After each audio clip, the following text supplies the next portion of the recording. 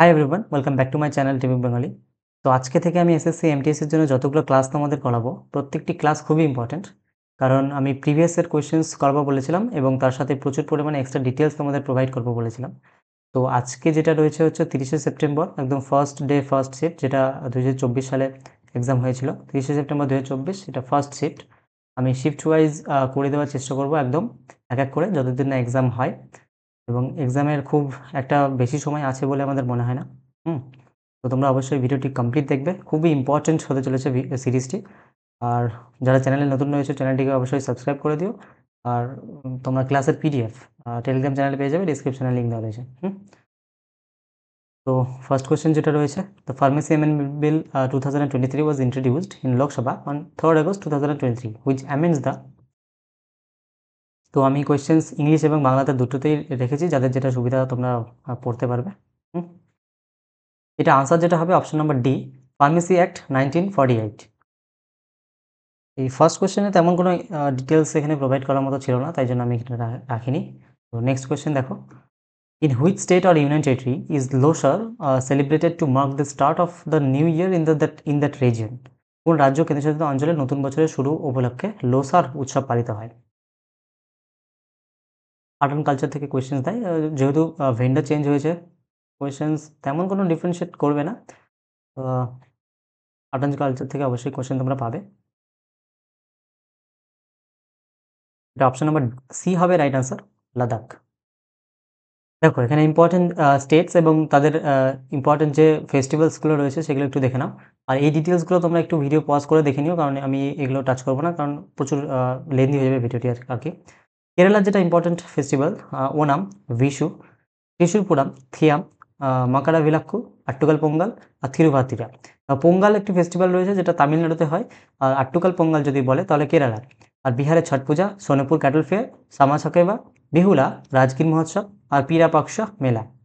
বেশ, সোনেপুর হচ্ছে Asia's largest cattle fair, এবং ছট তো তোমরা জানো, সান দেবতাকে, মানে সূর্য দেবতাকে ওয়ার্শিপ ডেডিকেট করে পূজাটি হয়। আর ওনাম হচ্ছে বোট রেস, আর ভিশু হচ্ছে মালায়ালাম নিউ ইয়ার ফেস্টিভ্যাল। আর লাদাখের যেটা হচ্ছে নিউ ইয়ার ফেস্টিভ্যাল, সেটা হচ্ছে লোসার, যেটা কোয়েশ্চেনে ছিল। আর হেমিস ইম্পর্টেন্ট, হেমিস, সিন্ধু দর্শন, দোমছে, আর সাকা দাওয়াটা খুবই ইম্পর্টেন্ট। আর এগুলো তেমন, এই দুটো তেমন ইম্পর্টেন্ট নয়। আর ওয়েস্ট বেঙ্গলে তো আমরা সকলেই জানি, তোমরা একটু দেখে নিও। আর এই ডিটেলসগুলো তোমরা স্ক্রিনশট নিয়ে নিও, পারলে তোমরা যদি খাতা পেন নিয়ে বসো তাহলে খুব ভালো হয়। তোমরা এই ডিটেলসগুলো নোট ডাউন করে নিও, তাহলে এক্সামের আগে ফটাফট রিভিশন করে নেবে, প্রচুর হেল্পফুল হবে। Question number 3, Kanak Rele, who established Nalanda Dance Research Center, was a performer of which of the following classical dance forms of India? Kanak রেলে, যিনি নালন্দা নৃত্য গবেষণা কেন্দ্র প্রতিষ্ঠা করেছিলেন, তিনি ভারতের কোন ধ্রুপদী নৃত্যশৈলীর শিল্পী ছিলেন? অপশন নাম্বার এ হবে রাইট অ্যান্সার, মোহিনীঅট্টম। ডান্স এবং স্টেটস আর ইম্পর্টেন্ট এক্সপোনেন্টস এবং কি ফ্যাক্টস একটু দেখে নাও। মোহিনীঅট্টম এটা কেরালার dance, folk dance. Important exponents যেমন ক্যানাকরেলে, ভারতী শিবাজি, সুনন্দা নাইর ইম্পর্টেন্ট, কালামান্ডালাম, কাল্লামকুট্টি ইয়াম্মা, অ্যাকচুয়ালি পুরো নামটি এখানে অন্য দেওয়া রয়েছে। আর গোপিকা বর্মা, স্মিতা রাজন, পল্লবী কৃষ্ণন, সুনন্দা নেইর একটা, আচ্ছা আচ্ছা আছে এখানে সুনন্দা নেইর। এটা ইম্পর্টেন্ট পার্সোনালিটিস, এগুলো তোমরা একটু দেখে নিও। আর এখানে মণিপুরি, যেটা মণিপুরি হয়ে থাকে, জাভেলি সিস্টার্স, আর গুরু বিপিন সিং, চারু মাথুর, নির্মলা মেহতা, সিংহজিৎ সিং। আর কত্থক, এটা নর্দার্ন ইন্ডিয়া, ইউপিতে হয়ে থাকে। আর পণ্ডিত বিরজু মহারাজ, লাচু মহারাজ, শম্ভু মহারাজ, সিতারা দেবী, শোভনা নারায়ণ, কুমুদিনী লাখিয়া, প্রেরণা শিমাল্লি। এগুলো ভেরি ভেরি ইম্পর্টেন্ট ডিটেলস, মানে ইম্পর্টেন্ট তোমাদের এক্সপোনেন্টস। আর কথা, যার মানে হচ্ছে স্টোরি, মেজর ঘরানাস যেমন লখনৌ, জয়পুর, বেনারস, কত্থক থেকে বিলং করে। আর সাত্রিয়া, এটা পারফর্ম হয় আসামে। শ্রীমন্ত শঙ্করদেব, যেটা হচ্ছে সাত্রিয়ার ফাউন্ডার, এবং গুরু যতীন গোস্বামী, শারদী সাইকিয়া, ঘনকান্ত বোরা, তানকেশ্বর হাজারিকা বরবায়ন। আর একটা লিখে রাখো ইন্দিরা বোরা, ঘনকান্ত বোরা আর ইন্দিরা বোরা দুটো একসাথে মনে রাখবে, এগুলো সিজিএলে দিয়েছে অলরেডি। ডিটেলসগুলো তোমরা অবশ্যই খাতায় নোট ডাউন করে নেবে, ভিডিওটি পজ করে কিংবা বারবার দেখে। Question number 4. Which of the following acts introduced the system of diarchy in the provincial administration in India? নিচের কোন আইনের মাধ্যমে ভারতের প্রাদেশিক প্রশাসনে দ্বৈত শাসন ব্যবস্থা প্রবর্তন করা হয়েছিল?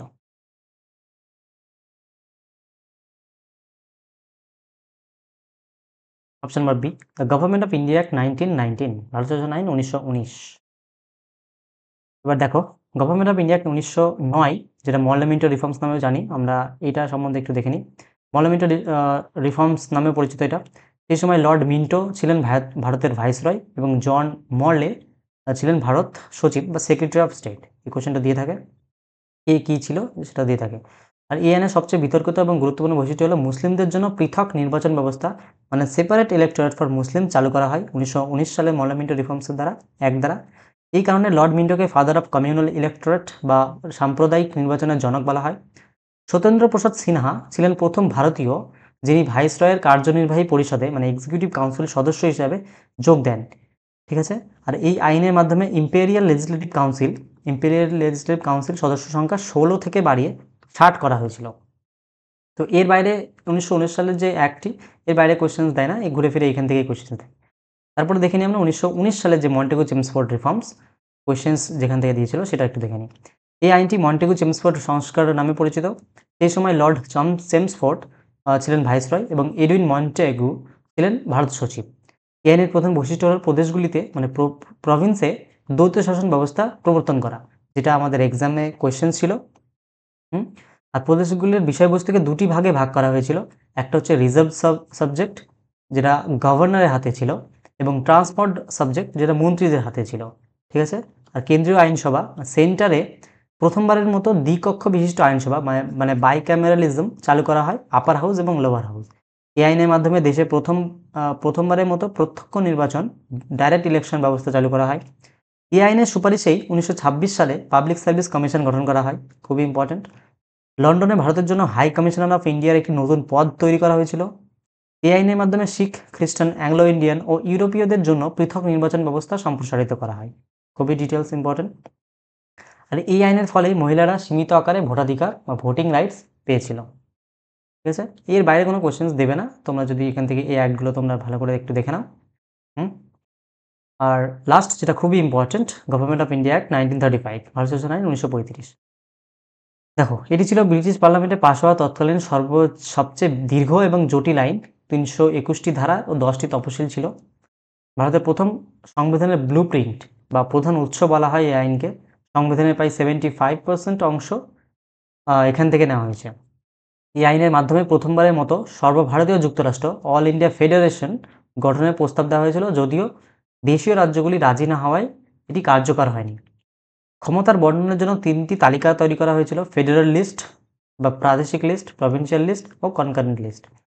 প্রদেশগুলিতে দ্বৈত শাসন, এই যে ডায়ারকি, যেটা প্রভিন্সে 1919 সালে ইন্ট্রোডিউস করা হয়েছিল, সেটা এই আইনের দ্বারা দ্বৈত শাসনটি কী করা হয়, মানে প্রদেশগুলিতে বাতিল করা হয় এবং যে মানে নতুন কি তৈরি করে, ইন্ট্রোডিউস করে প্রাদেশিক স্বায়ত্তশাসন, যেটা প্রভিন্সিয়াল অটোনমি, এটা চালু করে প্রভিন্সে। আর প্রদেশগুলিতে পরিবর্তে কেন্দ্রে, এটা ছিল ওই আইনে ছিল প্রদেশগুলিতে, আর এই যে দ্বৈত শাসন সেটা সেন্ট্রালে চালু করার প্রস্তাব রাখা হয়েছিল এই আইন দ্বারা। 1919 সালে ছিল প্রদেশে এবং 1935 সালে এটা সেন্ট্রালে করা হয়। ঠিক আছে। আর 11টি প্রদেশের মধ্যে 6টি দ্বিকক্ষ বিশিষ্ট আইনসভা বাইক্যামেরালিজম প্রবর্তন করা হয়: বাংলা, বোম্বে, মাদ্রাজ, বিহার, আসাম ও যুক্তপ্রদেশ। আর সাম্প্রদায়িক নির্বাচন ব্যবস্থা আরও প্রসারিত করে মহিলা ও শ্রমিক তপশিলি জাতির জন্য ডিপ্রেস ক্লাসেস জন্য পৃথক নির্বাচন ব্যবস্থা করা হয়। আর এখান থেকে আরও যেটা দেখা ইম্পর্টেন্ট, এই আইনের 1937 সালে দ্বারা দিল্লিতে ফেডারেল কোর্ট, খুব ইম্পর্টেন্ট, ফেডারেল কোর্ট প্রতিষ্ঠিত হয়, যা পরে সুপ্রিম কোর্টে রূপান্তরিত হয়। আর এটা দেখে নিও একটু তোমরা, 1858 সালের আইন গঠিত কাউন্সিল অফ ইন্ডিয়া এই আইনের মাধ্যমে বিলুপ্ত করা হয়। ঠিক আছে। ডিটেলসগুলো খুবই ইম্পর্টেন্ট, তোমাদের এখান থেকে কোয়েশ্চেন্স অলরেডি দেয়। 5. In which part of India is cool mountain climate observed? অর্থাৎ কোন অংশে শীতল পার্বত্য জলবায়ু পরিলক্ষিত হয়? মাউন্টেন ওয়ার্ডটি যখন দেখতে পাচ্ছ তোমরা আশা করি বুঝতেই পারছো যেটা উত্তরের সাইডে হবে। দেখো, রিজন উত্তর, কুল মাউন্টেন শীতল পার্বত্য, সারা বছর ঠান্ডা, উচ্চতার কারণে উষ্ণতার তারতম্য, বরফপাত হয়। নর্থ ইন্ডিয়ান প্লেন্স, যেটা উত্তর ভারতের সমভূমি, সাবট্রপিক্যাল উপক্রান্তীয় জলবায়ু ধারণ, হ্যাঁ, আর শুষ্ক শীতকাল এবং উষ্ণ গ্রীষ্মকাল বর্ষাকালে বৃষ্টিপাত ঘটায়। দক্ষিণে ট্রপিক্যাল মনসুন ক্রান্তীয় মৌসুমী জলবায়ুর ধরন এই টাইমে দক্ষিণে, আর উষ্ণ আর্দ্র উচ্চ বৃষ্টিপাত বিশেষত গ্রীষ্মকালে। ওয়েস্ট সাইডে পশ্চিমে অ্যারিড ও সেমি অ্যারিড শুষ্ক ও অর্ধশুষ্ক, উচ্চ তাপমাত্রা থাকে, খুব কম বৃষ্টিপাত, বিশাল দৈনিক উষ্ণতার পার্থক্য হয়। নর্থ ইস্ট উত্তর পূর্ব ওয়েট মনসুন আর্দ্র মৌসুমী জলবায়ু, উচ্চ বৃষ্টিপাত, উচ্চ আর্দ্রতা, মেঘালয় অঞ্চলে সর্বাধিক বৃষ্টি। ঠিক আছে, আর্দ্র মৌসুমী ওয়েট মনসুন। ভারতের আরও কিছু দেখে নাও। ভারতের জলবায়ু প্রকৃতি হলো ক্রান্তীয় মৌসুমী ট্রপিক্যাল মনসুন। ভারতের জলবায়ুকে প্রভাবিত করার প্রধান উপাদানগুলি হলো অক্ষাংশ ল্যাটিটিউড, আর উচ্চতা অল্টিটিউড, এবং মৌসুমী বায়ু মনসুন উইন্ডস। ওকে, আর করমণ্ডল উপকূল এই তামিলনাড়ু বা উত্তর পূর্ব মৌসুমী বায়ু রিট্রিটিং মনসুনের প্রভাবে শীতকালে বৃষ্টিপাত ঘটায় এই করমণ্ডল উপকূলে, বিশেষত তামিলনাড়ুতে। উত্তর পূর্ব মৌসুমী বায়ু রিট্রিটিং মনসুন এর প্রভাবে শীতকালে বৃষ্টিপাত ঘটায়। আর লু হলো গ্রীষ্মকালে উত্তর ভারতের সমভূমিতে প্রবাহিত উষ্ণ ও শুষ্ক স্থানীয় বায়ু। কালবৈশাখী, যেটা নরওয়েস্টার, গ্রীষ্মকালে পশ্চিমবঙ্গে, আসাম ও উড়িষ্যায় দেখা যায়, যা চা ও ধানের জন্য সহায়ক। পৃথিবীর ও ভারতের সর্বাধিক বৃষ্টিপাতযুক্ত স্থান হলো মেঘালয় মৌসিনরাম। এটা তোমরা ডিটেলসগুলো মনে রাখবে। Question of 6, who was the founder of the Mauryan dynasty? Maurya বংশের প্রতিষ্ঠাতা কে ছিল? ফার্স্ট চ্যাপ্টারটি খুব ইজি ছিল।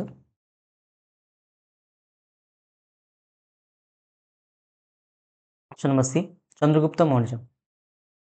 দেখো, চন্দ্রগুপ্ত মৌর্য তিনি ছিলেন খ্রিস্টপূর্ব 322 সালে প্রতিষ্ঠিত মৌর্য বংশের প্রতিষ্ঠাতা।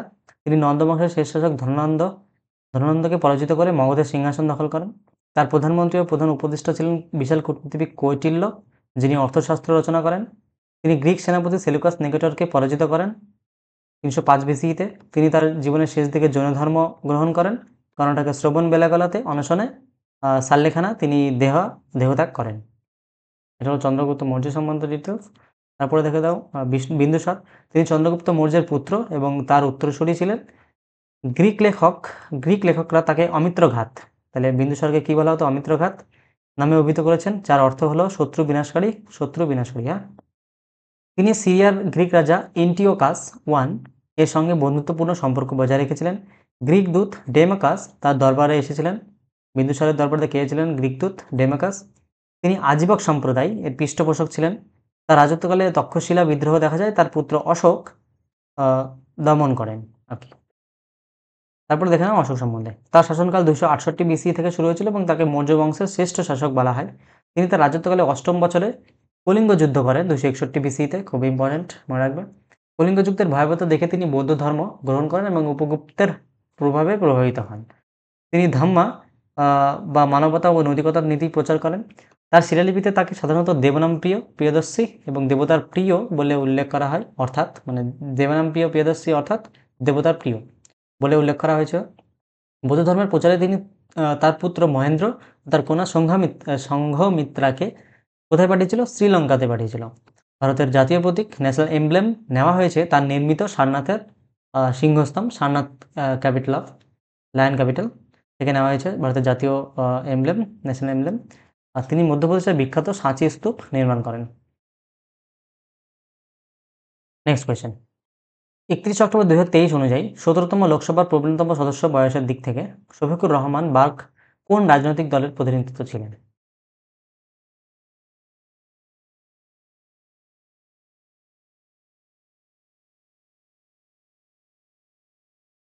Option number C, Samajwadi party. দেখো, ইম্পর্টেন্ট কিছু তোমাদের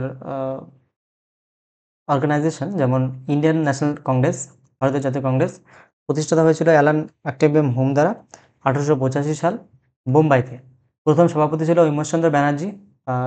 সময়কার ভাইসরয় ছিল কে? Lord Dufferin. আর উদ্দেশ্য ছিল ভারতের মধ্যে জাতীয় ঐক্য সৃষ্টি করা, বিরোধী সরকারের কাছে দাবি দাওয়া পেশ করা। 2 নম্বর দেখো, মুসলিম লীগ প্রতিষ্ঠা হয়েছিল 1906 সালে ঢাকাতে। প্রতিষ্ঠাতা কে? আগা খান এবং সালিমুল্লাহ। প্রধান দাবি কি ছিল? মুসলমানদের জন্য পৃথক নির্বাচন ব্যবস্থা, সেপারেট ইলেকটোরেট ছিল প্রথম দাবি। আর প্রথম অধিবেশন সভাপতিত্ব করেন মুস্তাক হোসেন। ওকে, তারপরে দেখো স্বরাজ পার্টি 1923 সাল। এলাহাবাদে প্রতিষ্ঠাতা ছিল সি.আর. দাস এবং মতিলাল নেহরু। সি.আর. দাস ছিলেন এই এই দলের মানে সভাপতি, প্রেসিডেন্ট ছিল। আর উদ্দেশ্য ছিল আইন পরিষদে প্রবেশ করে ব্রিটিশ সরকারের নীতিতে বাধা দেওয়া। তারপরে 4 নম্বর দেখো গাদার পার্টি 1913 সালে সান ফ্রান্সিসকোতে ইউএসএ। প্রতিষ্ঠাতা ছিল লালা হরদয়াল এবং সোহান সিং ভাকনা। উদ্দেশ্য ছিল সশস্ত্র বিপ্লবের মধ্যে ব্রিটিশ শাসনকে উৎখাত করা। মুখপাত্র বিখ্যাত সাপ্তাহিক পত্রিকা গদর এই দলের মুখপাত্র ছিল। ঠিক আছে।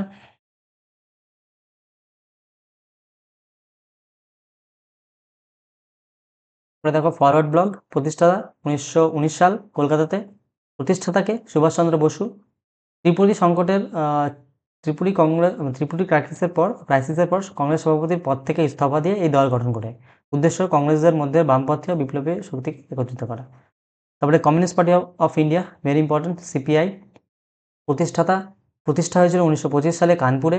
প্রতিষ্ঠাতা এম.এন. রায়। যদিও প্রাথমিক উদ্যোগ 1920 সালে তাশকান্দে হয়েছিল, তারপরে কানপুরে এটা ফর্মালাইজ হয় তো 1925 সালে এম.এন. রায় দ্বারা। উদ্দেশ্য ভারতের সমাজতান্ত্রিক ও কমিউনিস্ট ভাবধারা প্রচার করা। এই 6টি যে তোমাদের দেখালাম প্রত্যেকটি খুবই ইম্পর্টেন্ট, এগুলো তোমরা নোট ডাউন করে নেবে। Question number 8, which of the following books is written by Dadabhai Naoroji? নিচের কোন বইটি দাদাভাই নওরোজি লিখেছিলেন? খুবই ইম্পর্টেন্ট এবং easy. Option number C, property and unBritish rule in India. দেখো ইম্পর্টেন্ট অথার এবং তার বুক যেগুলো এসএসসিতে বারবার জিজ্ঞেস করে। শশী থারুর। এবার আমি যদি এক এক করে সবগুলো তোমাদের বলতে থাকি তো ভিডিও 2 ঘন্টা হয়ে যাবে। তো তোমরা স্ক্রিনশট নিয়ে নেবে এবং কী করবে, নোট ডাউন করে নেবে। আমি কিছু কিছু বলে দিচ্ছি যেগুলো important. Shashi Tharoor, an era of darkness, why am a Hindu, the great Indian novel, the paradoxical prime minister, India Shastra, reflection on the nation in a time. প্রত্যেকটি খুবই ইম্পর্টেন্ট, এগুলো যেগুলো ইম্পর্টেন্ট সেগুলোই আমি রেখেছি। Arundhati Roy, the god of small things. এই god of small থিংসের কারণে মানে জন্য সে উইনার হয়েছিল ম্যান বুকার প্রাইজ পেয়েছিল গড অফ স্মল থিংসের জন্য। The minister of utmost happiness, the algebra of infinite justice, listening to grasshoppers, field note or democracy.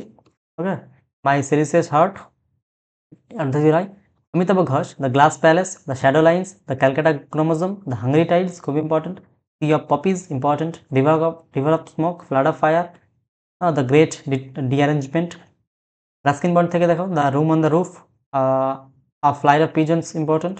A tree still grow in Dehra. The blue umbrella, খুবই খুবই important, the blue umbrella অনেকবার জিজ্ঞেস করছে। Angry river, vagrants in the valley, Rusty, the boy from the hills.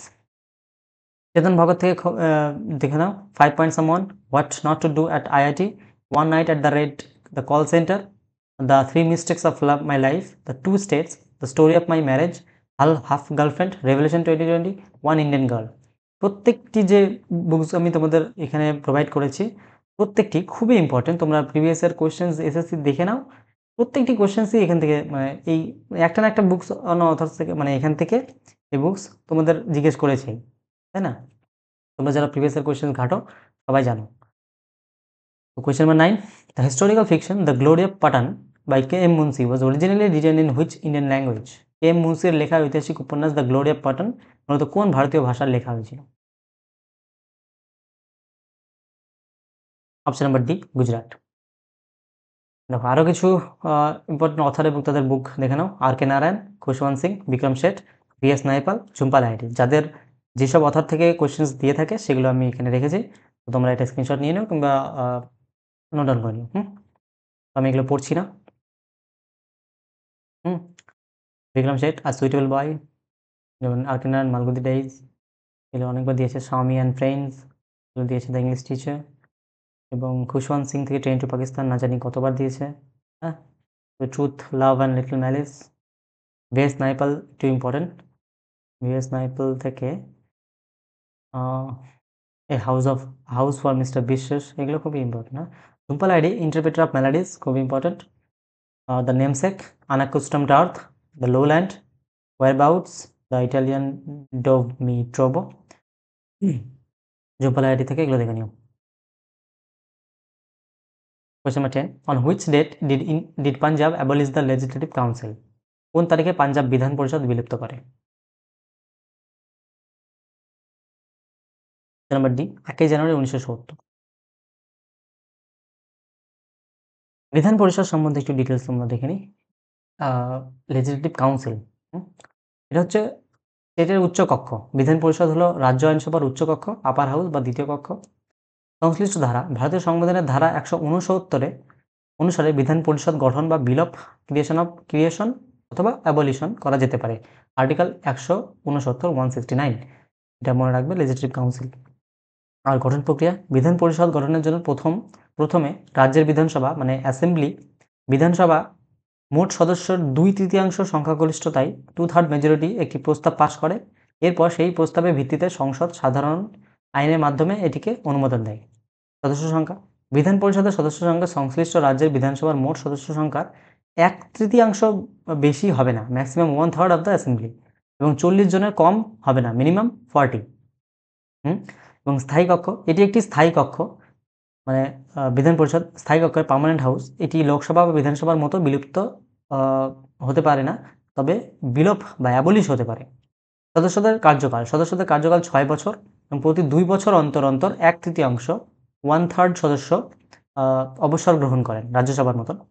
আর বর্তমানে ভারতে শুধুমাত্র 6টি রাজ্যে বিধান পরিষদ চালু আছে। কী সেগুলো? এটা খুবই ইম্পর্টেন্ট, এগুলো অনেকবার দিয়েছে এক্সামে। উত্তরপ্রদেশ, মহারাষ্ট্র, বিহার, কর্ণাটক, অন্ধ্রপ্রদেশ এবং তেলেঙ্গানা।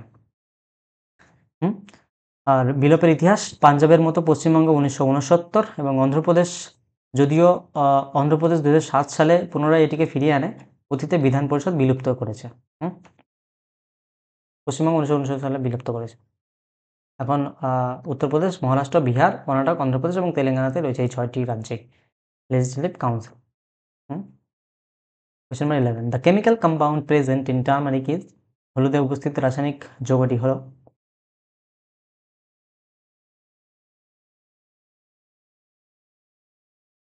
Number 8, curcumin.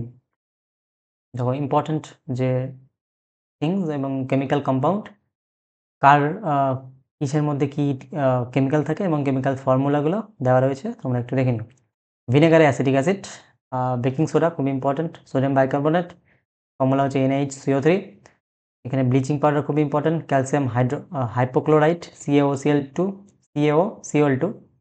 ব্র্যাকেট হবে না, এটা CaOCl2। Tomato, oxalic acid, citric acid, H2C2O4, এটা ইম্পর্টেন্ট নয়। আর পিঁপড়ের হুলে কি থাকে, ফর্মিক অ্যাসিড, এগুলো কোশ্চেন ওল্ড হয়ে গেছে, এগুলো দেবে না। আর ভিটামিন সি, রাসায়নিক নাম ascorbic acid. Gypsum important, calcium sulphate dihydrate. জিপসামের কেমিক্যাল ফর্মুলা খুবই ইম্পর্টেন্ট, হ্যাঁ, এগুলো কোশ্চেন দিয়ে থাকে। CSO4.2H2 দিয়েছে অলরেডি, আমি তাই জন্য বলছি। প্লাস্টার অফ প্যারিস, এটাও কেমিক্যাল ফর্মুলা খুবই ইম্পর্টেন্ট। আর এখান থেকে washing soda, very important, washing soda, sodium carbonate. Baking soda হচ্ছে সোডিয়াম বাইকার্বনেট, আর ওয়াশিং সোডা হচ্ছে সোডিয়াম কার্বনেট। আর সোডিয়াম কার্বনেটের কেমিক্যাল ফর্মুলা Na2CO3, আর সোডিয়াম বাইকার্বনেটের NaHCO3। এবং কমন সল্টের কেমিক্যাল কম্পাউন্ড কি, sodium chloride, এবং এর ফর্মুলা হচ্ছে NaCl। আর চিলিতে থাকে হচ্ছে capsaicin. Question number 12, among the following established the Indore ঘরানা, নিচের মধ্যে কে ইন্দোর ঘরানা প্রতিষ্ঠা করেছিলেন? অপশন নাম্বার বি, ওস্তাদ আমির খান। ইম্পর্টেন্ট ঘরানা এবং তাদের প্রধান শিল্পীগুলি একটু দেখে নাও। গোয়ালিয়র, এখান থেকে বিষ্ণু দিগম্বর পলিস্কর, কৃষ্ণরাও শঙ্কর পণ্ডিত, বালকৃষ্ণ বুয়া, ইচ্ছাল কারাঞ্জিকর। কিরণ ঘরানা, উস্তাদ আব্দুল করিম খান, যেটা প্রতিষ্ঠাতা, কিরণ ঘরানার প্রতিষ্ঠাতা হচ্ছে আব্দুল করিম খান। ভীমসেন যোশী, গঙ্গুবাই হাঙ্গাল, প্রভাত রে, কিরণ ঘরানার যেগুলো ইম্পর্টেন্ট তোমার এক্সপোনেন্টস, প্রধান শিল্পী, সেগুলো খুবই ইম্পর্টেন্ট কিরণ ঘরানাটি। আগ্রা ঘরানা, উস্তাদ ফাইয়াজ খান, বিলায়ত হোসেন খান, লতাফাত হোসেন খান। জয়পুর আত্রালি ঘরানা, আল্লাদিয়া খান, যেটা প্রতিষ্ঠাতা।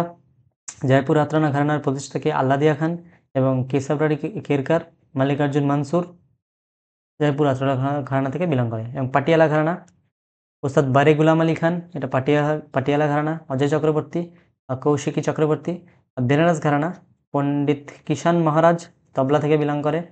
গিরিজা দেবী, ঠুমরি ডান্স, কুইন অফ ঠুমরি বলা হয় গিরিজা দেবীকে। এবং রাসুলান বাই, এটা বেনারস ঘরানা থেকে বিলং করে।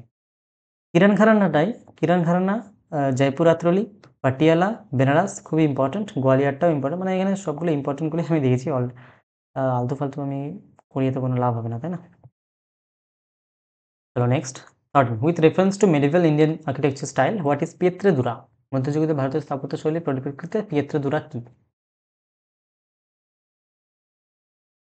দেখো হাতে লিখে করাতে লাগলে আরও কত টাইম লেগে যেত।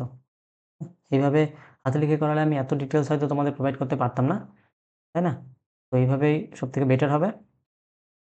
তো তোমরা ভিডিওটি অবশ্যই কমপ্লিট দেখবে এবং পারলে একটু শেয়ার করে দিও।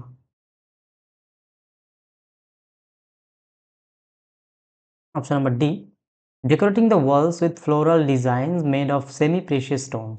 আধা মূল্যবান পাথর দিয়ে তৈরি ফুলের নকশা দিয়ে দেয়াল সজ্জা। Next, the rabi season of agriculture begins in October November and ends in কৃষি রবি মৌসুম অক্টোবর নভেম্বরে শুরু হয় এবং শেষ হয় কোন মাসে?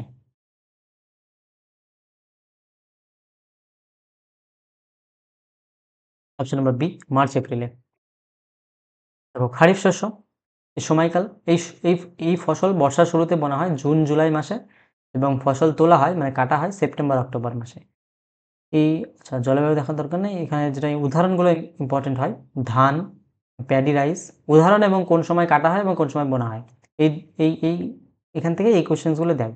উদাহরণ যেমন ধান, ভুট্টা, জোয়ার বাজরা, তুলা, পাট, আখ, চীনাবাদাম। ধান, ভুট্টা, জোয়ার বাজরা, তুলা, ধান, ভুট্টা, জোয়ার বাজরা, তুলা, পাট, আখ, চীনাবাদাম। এখনই মুখস্থ হয়ে যাবে। আর রবি ফসল সময়কাল অক্টোবর ডিসেম্বর মাসে, ফসল তোলা হয় এপ্রিল মে। আচ্ছা, এখানে মার্চ এপ্রিল, তো এই টাইমটাই মানে মার্চ এপ্রিল মে এই টাইমটাই কাটা হয় আর কি। আর অক্টোবর নভেম্বর এখানে দিয়েছে, তো আমি একটা অক্টোবর ডিসেম্বর এখানে লেখা রয়েছে। তো অক্টোবর থেকে ডিসেম্বর এই 3 মাসের মধ্যে বোনা হয় এবং মার্চ এপ্রিল মে এই টাইমে কাটা হয় আর কি। আর এর উদাহরণগুলো মনে রাখো: গম, যব, ছোলা, মটর, সরিষা, তিসি এবং আলু। এগুলো ইম্পর্টেন্ট তোমাদের উদাহরণ রবি ক্রপসের, রবি ফসল। এবং জায়েদ শস্য, এটা স্বল্পকালীন ফসল। এর চাষ সাধারণত মার্চ থেকে জুন মাসের মধ্যে হয়ে যায়। জলবায়ু এই ফসলের জন্য শুষ্ক আবহাওয়া প্রয়োজন। আর উদাহরণগুলো একটু দেখে রাখবে, এই জায়েদ শস্যের উদাহরণগুলো দিয়ে দেয়: ওয়াটারমেলন, খরমুজ, মাস্কমেলন, শসা, কুমড়ো, বিভিন্ন প্রকারের সবজি এবং পোষ্য খাদ্য, ফডার ক্রপস। এর হচ্ছে জায়দ শস্যের উদাহরণ। Next 15, what is the chemical formula for sodium bicarbonate? একটু আগে আমরা দেখলাম কেমিক্যাল ফর্মুলা সোডিয়াম বাইকার্বনেটের জন্য। এই দেখো সোডিয়াম, এই যে সোডিয়াম বাইকার্বনেট, যেটা হচ্ছে বেকিং সোডার রাসায়নিক নাম। সোডিয়াম বাইকার্বনেট কেমিক্যাল ফর্মুলা কি? NaHCO3। তাহলে answer NaHCO3, option number C is the correct answer. একই টপিক থেকে কোশ্চেন দিয়েছি দুটো। কমন নেম কিছু আর তাদের কেমিক্যাল নেম এবং কেমিক্যাল ফর্মুলা, তো এটা তোমরা অবশ্যই দেখবে। যে বেকিং সোডা এটা কোশ্চেনে ছিল। আর quick lime, slaked lime, bleaching powder, blue vitriol, গ্লুকোজের কেমিক্যাল ফর্মুলা এক্সামে দিয়েছিল। লাফিং গ্যাস এর nitric oxide into nitrous oxide actually, এটা মনে হয় ভুল রয়েছে নাকি। আচ্ছা, এখানে কমন সল্ট সবাই জানো সোডিয়াম ক্লোরাইড NaCl। কুইক লাইমটা দেখে রাখবে, quick lime calcium oxide chemical formula CaO। Slaked lime importance calcium hydroxide CaOH whole twice. Bleaching powder calcium hypochlorite, যেটা আমি দেখলাম তখন CaOCl2। Blue vitriol CuSO4। Okay, next 16, which of the following is one of the features of capital goods? নিচের কোন মূলধনী দ্রব্যের অন্যতম বৈশিষ্ট্য? কোনটি মূলধনী দ্রব্যের অন্যতম বৈশিষ্ট্য? Number A, they are durable. Next, which of the following is the correct order of the Padma awards? নিচের কোনটি পদ্ম পুরস্কারের সঠিক ক্রম?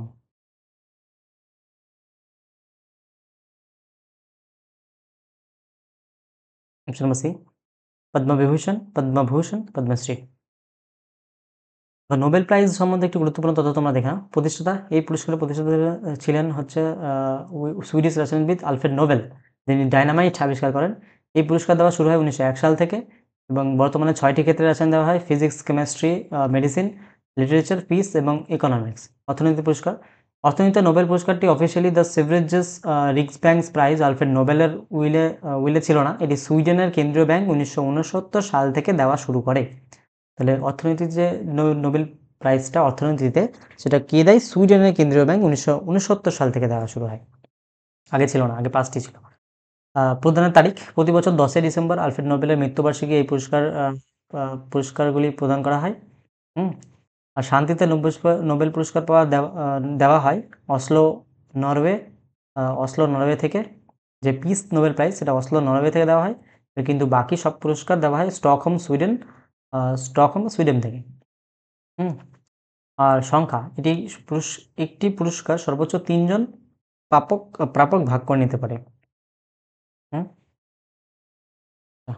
ভারতরত্ন সম্বন্ধে দেখে নাও। 1954 সালে প্রথম শুরু হয়। আর এটি হলো ভারতের সর্বোচ্চ অসামরিক highest civilian award, Bharat Ratna.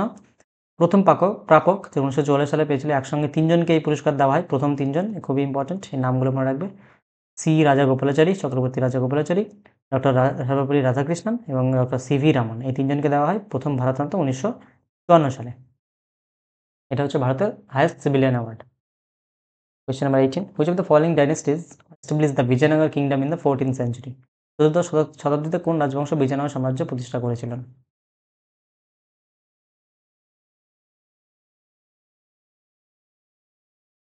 Option number C, Tuluva dynasty. এবার দেখো বিজয়নগর সাম্রাজ্য সম্বন্ধে তথ্য। প্রতিষ্ঠাতা এই সাম্রাজ্য 1336 খ্রিস্টাব্দে 2 ভাই হরিহর প্রথম এবং বুক্কা রায় প্রথম মিলে প্রতিষ্ঠা করেন, হরিহর বুক্কা। রাজবংশের সাম্রাজ্যটি সঙ্গম রাজবংশের দ্বারা প্রতিষ্ঠিত হয়। বিজয়নগর, যার ধ্বংসাবশেষ বর্তমান হাম্পি, কর্ণাটকে অবস্থিত। 4টি রাজবংশ রাজ করত। বিজয়নগর সাম্রাজ্যে মোট 4টি রাজবংশ শাসন করেছিল, যার কালক্রমিক হলো সঙ্গম, তুলুভ আর আইভিরু। ওকে। শ্রেষ্ঠ শাসক, তুলুভ রাজবংশের রাজা কৃষ্ণদেব রায়, KDR বলি, ছিলেন এই সাম্রাজ্যের সর্বশ্রেষ্ঠ শাসক। আর কৃষ্ণদেব রায়ের উপাধি, তাকে অন্ধ্রভোজ এবং অন্ধ্র পিতামহ উপাধিতে ভূষিত করা হয়েছিল। তার রচনা, কৃষ্ণদেব রায়ের কথা বলছি, তার রচনা তেলুগু ভাষায় রচিত আমুক্তমাল্যদা এবং সংস্কৃত ভাষায় জাম্ববতী কাল্লাম রচনা করেন। কৃষ্ণদেব রায় 2টি রচনা করেন, আমুক্তমাল্যদা যেটা তেলুগু ভাষায় এবং জাম্ববতী কল্যাণম এটা সংস্কৃত ভাষায়। কৃষ্ণদেব রায়ের রাজসভা অষ্টদিগ্গজ নামে 8 জন বিখ্যাত পণ্ডিত দ্বারা অলঙ্কৃত ছিল। আর পতন যদি বলি, 1565 সালে বিখ্যাত তালিকটার যুদ্ধ, ব্যাটল অফ তালিকটার পর এই সাম্রাজ্যের পতন শুরু হয়। আর স্থাপত্য যদি বলি এই সাম্রাজ্যের, এই আমলের স্থাপত্যের উল্লেখযোগ্য উদাহরণ হলো হাম্পির বিরূপাক্ষ মন্দির, বিরূপাক্ষ টেম্পল, হাম্পিতে অবস্থিত কর্ণাটকে, এবং ভিট্টাল স্বামী মন্দির। আর বিদেশি পর্যটক, পর্তুগিজ পর্যটক ডমিঙ্গো পিজ এবং ফার্নো নুনিজ এই সাম্রাজ্যে এসেছিলেন এবং তাদের লেখায় বিজয়নগর সমৃদ্ধের বর্ণনা পাওয়া যায়। এই ডিটেলসগুলো খুবই ইম্পর্টেন্ট, তোমরা প্লিজ নোট করে নেবে। 19. The red color of tomatoes is due to the presence of, দেখো একই কোয়েশ্চেন, মানে একই টপিক থেকে দিচ্ছে কোয়েশ্চেনগুলো দিয়েছিল।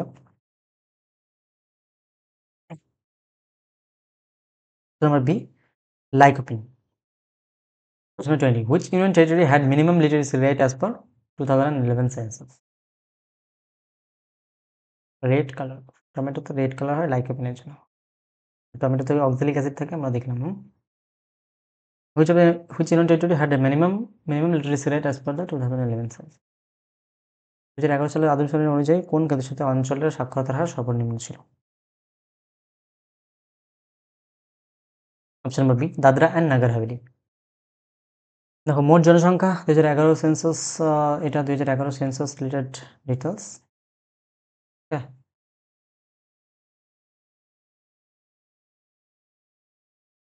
মোট জনসংখ্যা উত্তরপ্রদেশে সব থেকে বেশি, হায়েস্ট এবং লোয়েস্ট। দেখো জনসংখ্যা যদি বলি উত্তরপ্রদেশে হায়েস্ট, এটা হচ্ছে ইউটি, লক্ষদ্বীপ হচ্ছে ইউটি। যদি স্টেটের কথা বলে, মানে লোয়েস্ট জনসংখ্যা কোন স্টেটে, এটা হবে সিকিম। সিকিম, এটা হচ্ছে ইউটি। আর জনসংখ্যার ঘনত্ব হায়েস্ট বিহারে 1106 প্রতি বর্গ কিলোমিটার এবং অরুণাচল প্রদেশে লোয়েস্ট 17। সাক্ষরতার হার কেরালাতে হায়েস্ট 94%, বিহারে 61.8%। পুরুষ সাক্ষরতার হার হায়েস্ট লাক্ষদ্বীপে, বিহারে সবথেকে লোয়েস্ট। মহিলা সাক্ষরতার হার সবথেকে বেশি কেরালাতে, রাজস্থানে লোয়েস্ট। মহিলা সাক্ষরতার হার সবথেকে কম কোথায়? লোয়েস্ট রাজস্থানে, মনে রাখবে এটা। সেক্স রেশিও কেরালাতে সবথেকে বেশি 1084 প্রতি 1000 জন মহিলাতে। আর সরি প্রতি মানে কতজন মহিলা প্রতি 1000 পুরুষে, ঠিক আছে? 1084 মহিলা প্রতি 1000 পুরুষে। আর হরিয়ানা সবথেকে লোয়েস্ট। আর চাইল্ড সেক্স রেশিও মিজোরামে হাইয়েস্ট, হরিয়ানাতে lowest. Decadal growth rate Dadra ও নগর হাভেলিতে সবথেকে হাইয়েস্ট, আর নাগাল্যান্ডে সবথেকে লোয়েস্ট। ঠিক আছে?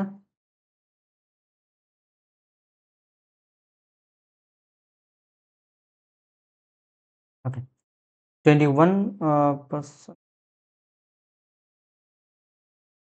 দেখো 21 in 1976 in which part of the Indian Constitution under Article 51A were fundamental duties added? 1976 সালে ভারতীয় সংবিধানের কোন অংশ ধারা 91 ধারা 91 এর অধীনে মৌলিক কর্তব্য যুক্ত করা হয়েছিল? খুব easy question. Option number C 4A। দেখো মৌলিক কর্তব্য ফান্ডামেন্টাল ডিউটিস গুরুত্বপূর্ণ তথ্য তোমরা দেখে নাও। সংবিধানের অংশ ভারতীয় সংবিধানের পার্ট 4A, যেটা একজন কোয়েশ্চেন ছিল, মৌলিক কর্তব্যগুলি যুক্ত করা হয়েছে। এটা শুধুমাত্র এই 51A অধীনে বর্ণিত। এই ধারণাটি পূর্বতন মানে সোভিয়েত ইউনিয়ন ইউএসএসআর সংবিধান থেকে নেওয়া হয়েছে। আর এটি নন জাস্টিসেবল, অর্থাৎ এইগুলি পালন না করলে আদালত কোনো শাস্তিমূলক ব্যবস্থা নিতে পারে না। আর কমিটি সর্দার শরণ সিং কমিটির সুপারিশের ভিত্তিতে এটি সংবিধানে যুক্ত করা হয়। আর 1976 সালে 42তম সংবিধান সংশোধনী আইনে 42nd অ্যামেন্ডমেন্ট অ্যাক্ট 1976 এর মাধ্যমে ভারতে সংবিধানে মোট 10টি মৌলিক কর্তব্য যুক্ত করা হয়েছিল। প্রথমে ছিল 10টি, ওকে, পরে হয়েছিল 11টি। আর এই যে একটি, এটা হয়েছিল 86 কনস্টিটিউশনাল অ্যামেন্ডমেন্ট অ্যাক্ট 2002 দ্বারা। 2002 সালে 86তম সংবিধান সংশোধনী আইনের মাধ্যমে আরও একটি যুক্ত হওয়ায় বর্তমানে মৌলিক কর্তব্যের সংখ্যা হচ্ছে 11টি। 22. With which sport is Sanjana Bathula associated?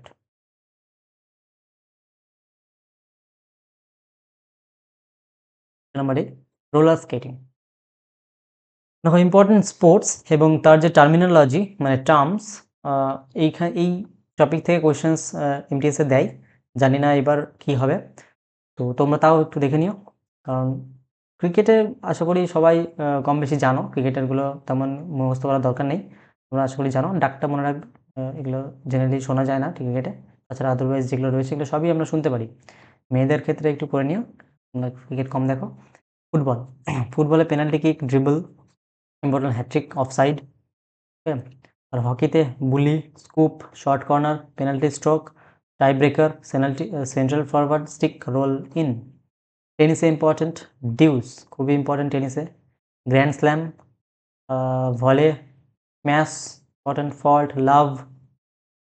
লাভ এটা এক্সামে দিয়েছিল, লাভ টেনিসে। ব্যাডমিন্টনে shuttlecock, deuce, smash, drop lob, service court, fault, alley, rally. দেখো একই টার্ম অনেকগুলো স্পোর্টসে সিমিলার থাকে, কিন্তু কোয়েশ্চেন্স যদি দেয় যেগুলো সিমিলার, যেগুলো অপশনে স্পোর্টসের নাম থাকবে না, চিন্তা করে লাভ মানে অত চিন্তা করো না ওরা, ঠিক আছে। গল্ফে যেমন ইম্পর্টেন্ট টি, ক্যাডি, বার্ডি, বগি, অ্যালবাট্রসটা মনে রাখবে গল্ফে। আর হোল ইন ওয়ান, বাঙ্কার। চেসে checkmate, gambit important. Pawns, castle, rooks, bishop, এগুলো ইম্পর্টেন্ট টার্মস। তোমরা একটু মানে যেগুলো সব মনে রাখার দরকার নেই, যেগুলো ইম্পর্টেন্ট সেগুলো একটু তোমরা মনে রাখবে। যেগুলো বোল্ড করে লেখা রয়েছে এগুলো একটু বেশি ইম্পর্টেন্ট। তাছাড়া আমি যেগুলো দাগ দিয়ে দিলাম এগুলো ভেরি ইম্পর্টেন্ট। তো চলো next. 23. Who was the captain of Royal Challengers Bangalore in the Women's Premier League event 2025? এটা অ্যাকচুয়ালি 2023 সালে জিজ্ঞেস করেছিল, আমি আপডেট করে দিয়েছি, সেম ছিল ক্যাপ্টেন যেহেতু। অপশন নাম্বার ডি, স্মৃতি মান্দানা। কারেন্ট অ্যাফেয়ার্স থেকে একটু দেখো যে 2025 সালে আইপিএল মেন্সে এবং ওয়েমেন্সে, আমি এটা পড়ছি না, বিজয়ী দল মেন্স এবার ব্যাঙ্গালোর হয়েছিল, জিতেছিল। 18 বছরের ইতিহাসে প্রথমবার শিরোপা হয়েছিল, সেখান থেকে কোয়েশ্চেন্স দিতে পারে। অরেঞ্জ ক্যাপ ছিল সাই সুদর্শনে এবং পার্পল ক্যাপ ছিল প্রসিদ্ধ Krishna. Player of the final Kunal Pandya, RBC. Emerging player of the season Sai Sudarshan. ওয়েমেন্সে Mumbai Indians জিতেছে এবার, এটি তাদের দ্বিতীয় আইপিএল শিরোপা, সেকেন্ড। আর রানার্স আপ ছিল দিল্লি ক্যাপিটালস। একটু দেখে নিন এগুলো, হ্যাঁ? 24. Which of the following statements is correct about the famous place মহসিনরাম? বিখ্যাত স্থান মহসিনরাম সম্পর্কে নিচের কোন বিবৃতিগুলো সঠিক? এটি ভারতের সবচেয়ে তিক্ত স্থান, wettest okay wettest place on earth, না আর্দ্র স্থান। এটি ভারতের মেঘালয় রাজ্যে অবস্থিত। তো এটা তো ঠিকই মনে হচ্ছে। অপশন নাম্বার কোনটা? ডি হবে right answer. A and B both are correct. 25. How many countries share their land borders with India? কতটি দেশ ভারতের সাথে স্থল সীমানা ভাগ করে? এটা তো খুবই question, easy question. Option number B 7। দেখো, ভারতের সাথে 7টি দেশ স্থল সীমান্ত ভাগ করে নেয়।